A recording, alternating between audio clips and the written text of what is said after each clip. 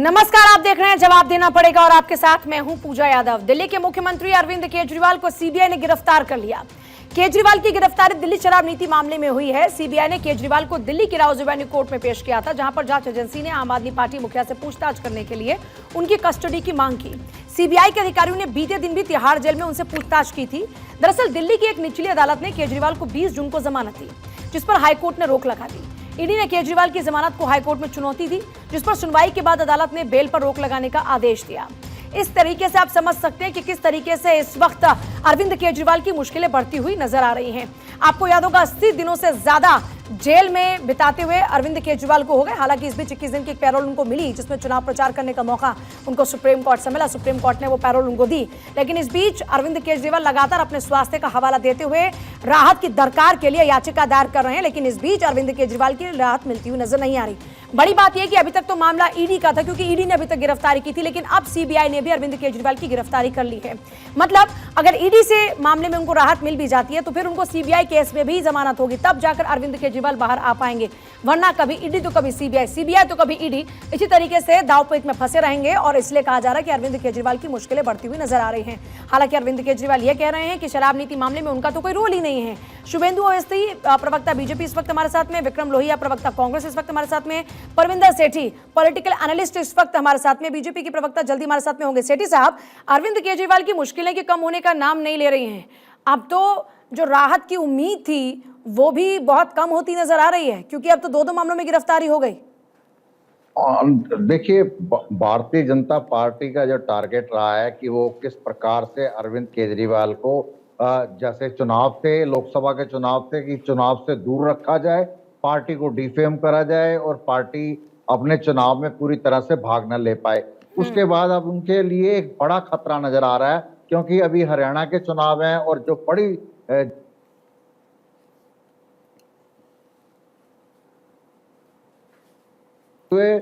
जिस प्रकार trial court ने उनको जमानत दी और उसके ऑर्डर अपलोड होने से पहले ही जो ईडी थी, जो जब बीजेपी ने उनको फटकार लगाई, ईडी के अफसर फटाफट भागे, हाई कोर्ट में चले गए, बिना कोर्ट के ऑर्डर के वहां से उन्होंने उसको रद्द करा दिया। इस देखिए संविधान की, संवैधानिक संस्थाओं का किस प्रकार से मिसयूज हो रहा है, किस प्रकार इस देश के अंदर जो है लॉ एंड ऑर्डर का अपमान हो रहा है। उसी प्रकार जब इन्होंने देखा कि सुप्रीम कोर्ट के अंदर जाएंगे, आपने कहा कि बीजेपी नाराज हो गई तो ईडी भागी, ईडी को हाई कोर्ट में गई, तो आप ये कह रहे हैं कि न्यायिक प्रक्रिया भी अब बीजेपी के इशारे पे चल रही है।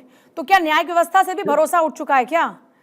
अगर हाई कोर्ट ने रोक लगा दी तो इसमें बीजेपी का क्या रोल है? इसमें ईडी और सीबीआई का क्या रोल है? फिर आप सुप्रीम कोर्ट में पहुंचे, सीबीआई ने गिरफ्तारी कर ली, तो है ना ऑप्शंस। कोर्ट ने जमानत दी थी, उसका ऑर्डर अपलोड हुए बिना ऑर्डर के देखे हाई कोर्ट जब उसके ऊपर रोक लगा देता है, तब ये चीजें जो है शक के दायरे में आती हैं कि हाई कोर्ट ने उस ऑर्डर का इंतजार देखा ही नहीं और उसके ऊपर रोक लगा दी।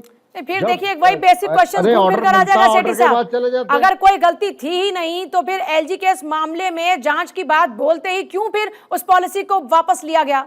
अगर कुछ गलत किया ही नहीं था तो अपनी पॉलिसी पर टिके रहना चाहिए था ना, टिके रहना चाहिए था कि नहीं? जेन्युइनली बताइए। चलने नहीं दी ना, अब वो पुरानी बातें हैं, पुरानी बातें क्यों आप कह रहे हैं? अब आप कह रहे हैं कि कोर्ट भी उनके इशारे पर चल रहा है, तो ये गलत नहीं। सुनिए सेठी साहब, मुझे लगता है कि पॉलिटिकल पार्टीज पर आरोप लगाना ठीक है, आप ईडी सीबीआई को निशाने पर ले रहे हैं, वो आपका अपनी बात होगी, लेकिन अब आप न्यायिक प्रक्रिया को भी अगर सवालों के घेरे में लेकर आएंगे फिर तो इस व्यवस्था का कोई औचित्य नहीं रह गया, फिर तो भरोसा ही नहीं करना चाहिए। फिर अरविंद केजरीवाल को जब 21 दिन की पैरोल मिली थी उसमें क्यों खुश हो रहे थे?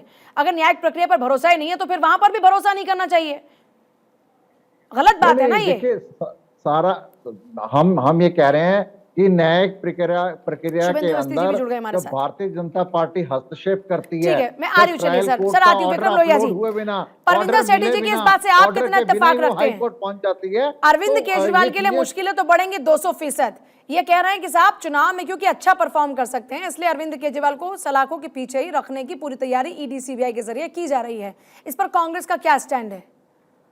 देखिए, हमारा ये साफ सीधा एक ही बात कहने की है कि इनको धैर्य रखना चाहिए। जिस प्रकार से अरविंद केजरीवाल जी दूसरे राजनीतिक दलों के ऊपर बड़े बड़े आरोप प्रत्यारोप लगा करके सत्ता में वो आए, और उन्होंने सत्ता को जब प्राप्त कर लिया उसके बाद उन्हीं के नेतागण बारी बारी से जेल जा रहे हैं। और बात अब न्यायपालिका के समक्ष जब आ चुकी है और जब निचली अदालत उनको बेल देती है तो उनको बड़ी खुशी महसूस होती है, परंतु जब हाई कोर्ट रोक लगा देते तो वो न्यायालय पे प्रश्न चिन्ह लगा देते हैं। इस प्रकार की धारणा को ना रखते हुए उन्हें न्यायपालिका पे पूर्ण रूप से विश्वास रखना चाहिए, क्योंकि ये भारत की न्यायपालिका है। यहाँ पे 100% अरविंद केजरीवाल हो या कोई भी पार्टी के दल के नेता हो, सबको न्याय जरूर मिलेगा। और जब सुप्रीम कोर्ट ने, आपको याद हो, चंडीगढ़ के मेयर चुनाव पर आम आदमी पार्टी के हक में फैसला दिया था तो सुप्रीम कोर्ट की जय जयकार हुई थी, हाई कोर्ट की भी जय जयकार हुई। तो आज भी आपको जय जयकार करने का मौका मिलेगा। सेठी साहब, आप, मेरी आपसे निवेदन है आप ये कह रहे हैं, आप साथ तो है ना विक्रम लोहिया जी, कांग्रेस आम आदमी पार्टी के साथ तो है ना? देखिए, मैं आम आदमी पार्टी के साथ कब हमारा गठबंधन लोकसभा चुनाव में गठबंधन था, दिल्ली के चुनाव में हमारा कोई गठबंधन नहीं है और भ्रष्टाचार में हमारा कोई गठबंधन नहीं है। हम भ्रष्टाचार विरोधी पार्टी हैं। हम पहले कहते आए कि देखिए, सुनिए ये कैसी हास्यास्पद सी बात आप कर रहे हैं कि लोकसभा चुनाव में हम साथ हैं और हम साथ नहीं हैं, हम भ्रष्टाचार के साथ नहीं हैं, तो आप ये मानते हैं कि भ्रष्टाचारी अरविंद केजरीवाल? 30 सेकंड लूंगा पूजा जी, 30 सेकंड लूंगा। देखिए, लोग जो लिकर पॉलिसी हुई थी वो केंद्र लेवल पे नहीं हुई थी, वो राज्य लेवल पे हुई थी और राज्य लेवल पे हम ही ने उसकी शिकायत की थी।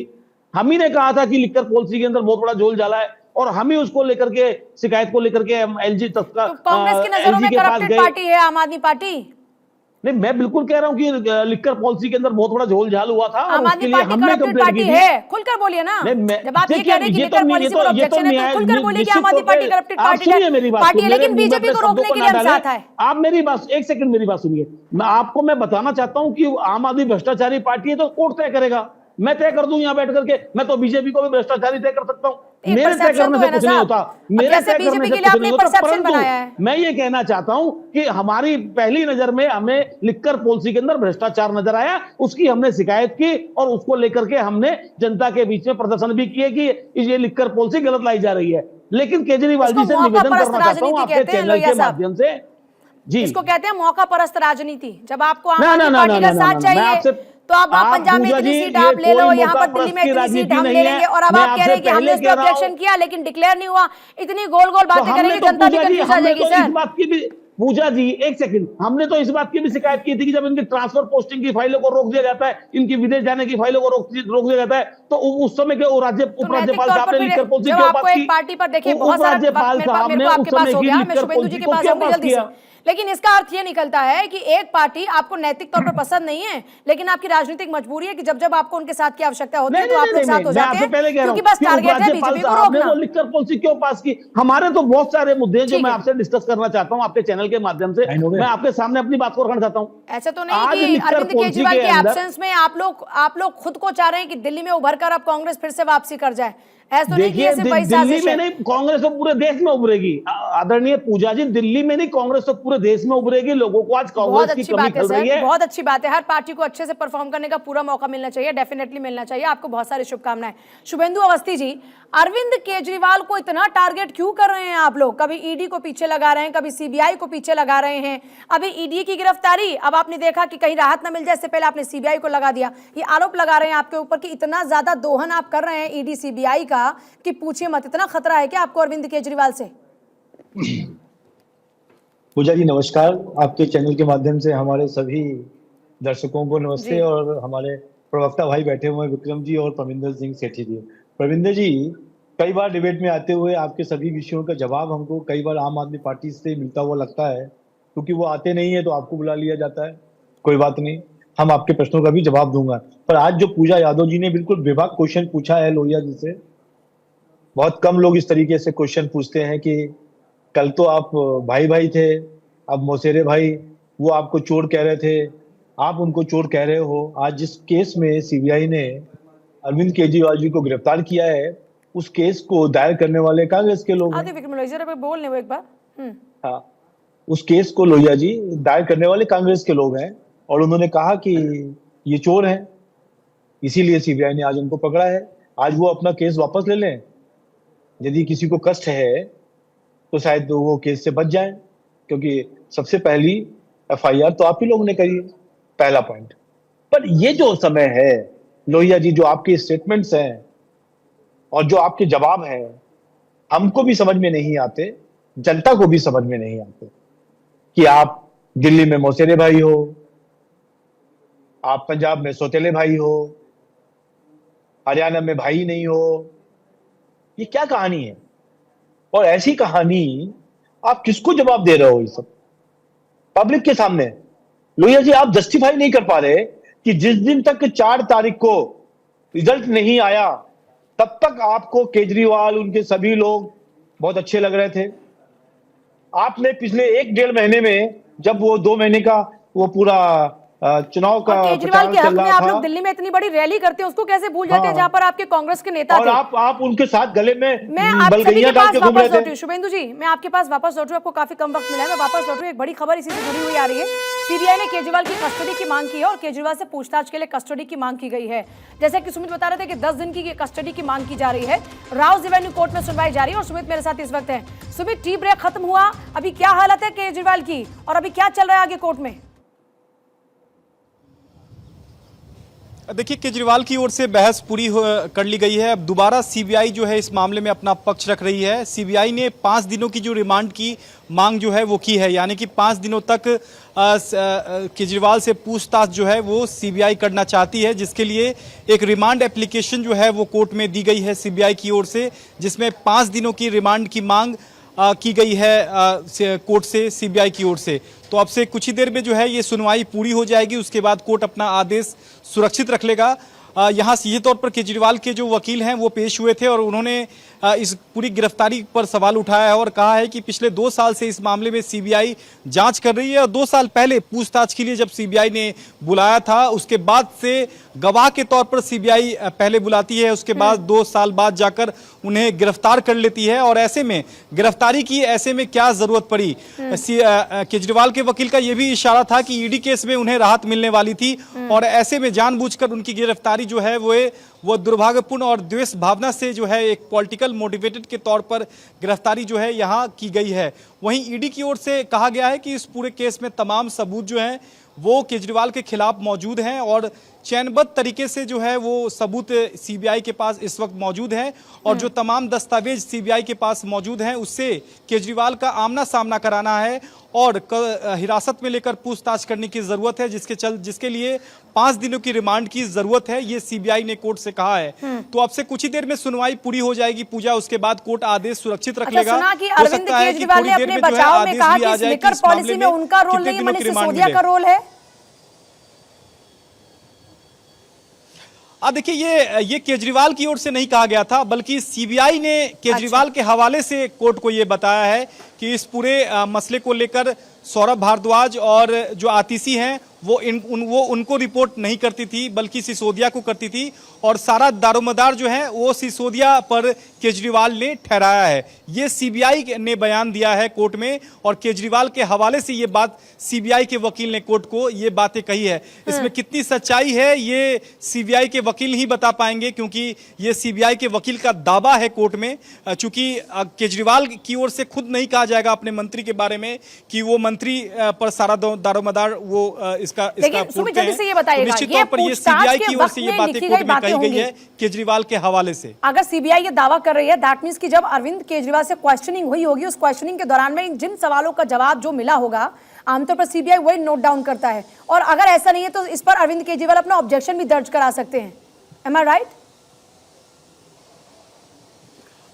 बिल्कुल बिल्कुल सही कहा पूजा आपने, और यही बातें जो हैं सीधे तौर पर केजरीवाल के वकील ने भी कही है कि ये जो बातें हैं वो ऐसी बातें केजरीवाल की ओर से नहीं कही गई थी। इसका काउंटर भी बाकायदा केजरीवाल के वकील ने कह दिया है। यहां तक कि सीबीआई का दावा यह था कि जब गोवा के कैंपेनिंग चुनाव में जब केजरीवाल गए थे तो 7 सितारा होटल में ठहरे थे और इसका जो भुगतान किया गया था वो हवाला का पैसा था। हवाला के पैसे से 1 लाख रुपए का जो भुगतान है वो सह आरोपी चरणप्रीत सिंह ने किया था, लेकिन इसके उलट में केजरीवाल के वकील ने साफ तौर पर कहा है कि यह हवाला का पैसा नहीं बल्कि दिल्ली सरकार की ओर से इसका भुगतान किया गया था। तो यहाँ आरोप प्रत्यारोप का दौर जारी है। यहाँ केजरीवाल के वकील का कहना है कि जो गिरफ्तारी हुई है वो पॉलिटिकल मोटिवेटेड गिरफ्तारी है और ऐसे समय में गिरफ्तारी करने का कोई मतलब नहीं रह जाता है। जब सीबीआई 2022 से जब इस मामले में जांच कर रही है, जब गवाह के तौर पर उनसे पूछताछ कर चुकी है, तो अब आरोपी के तौर पर उनकी गिरफ्तारी जो है आपके पास वापस लौटे। शुभेंदु अवस्थी जी, बार बार एक सवाल रह रहकर आ रहा है, मामले की शुरुआत 2022 से होती है, लेकिन गिरफ्तारी उस वक्त होती है जब लोकसभा का चुनाव करीब होता है। गिरफ्तारी उस वक्त होती है जब आने वाले दिनों में विधानसभा का चुनाव होना है। तो एक सवाल यह आता है, क्योंकि पिछले 2 बारी से लगातार अरविंद केजरीवाल की सरकार को हटाने के लिए आप लोगों ने पूरी जोर आजमाइश की, लेकिन फिर भी दिल्ली की सत्ता से आम आदमी पार्टी को नहीं हिला पाए। तो क्या ये एक तरीका है? विपक्ष ये आरोप लगा रहा है कि ये एक तरीका है कि आप ऐसे नहीं तो वैसे आप पार्टीज को कमजोर करना चाहते हैं विपक्षी। पूजा जी, हम तो बहुत सालों से दिल्ली में नहीं है। 10 साल से केजरीवाल जी, इसके पहले कांग्रेस की सरकार।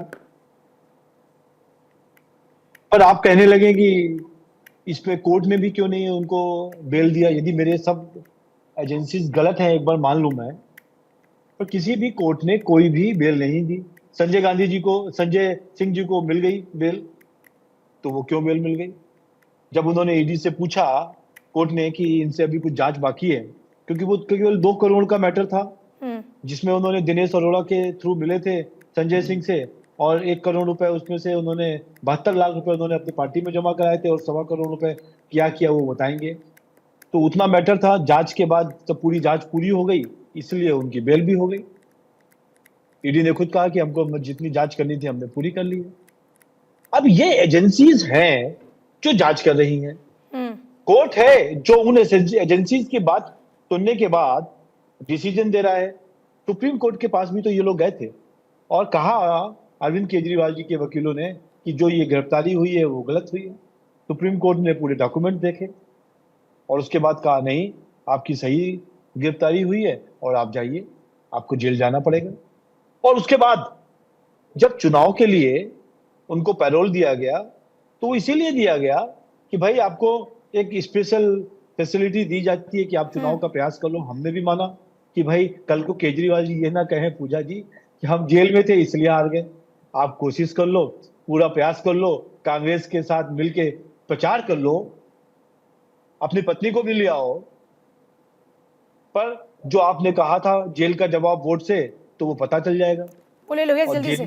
ठीक है, जवाब लोहिया जी। फिर मैं सेठी साहब आपके पास आ रही हूँ इसी सवाल के साथ।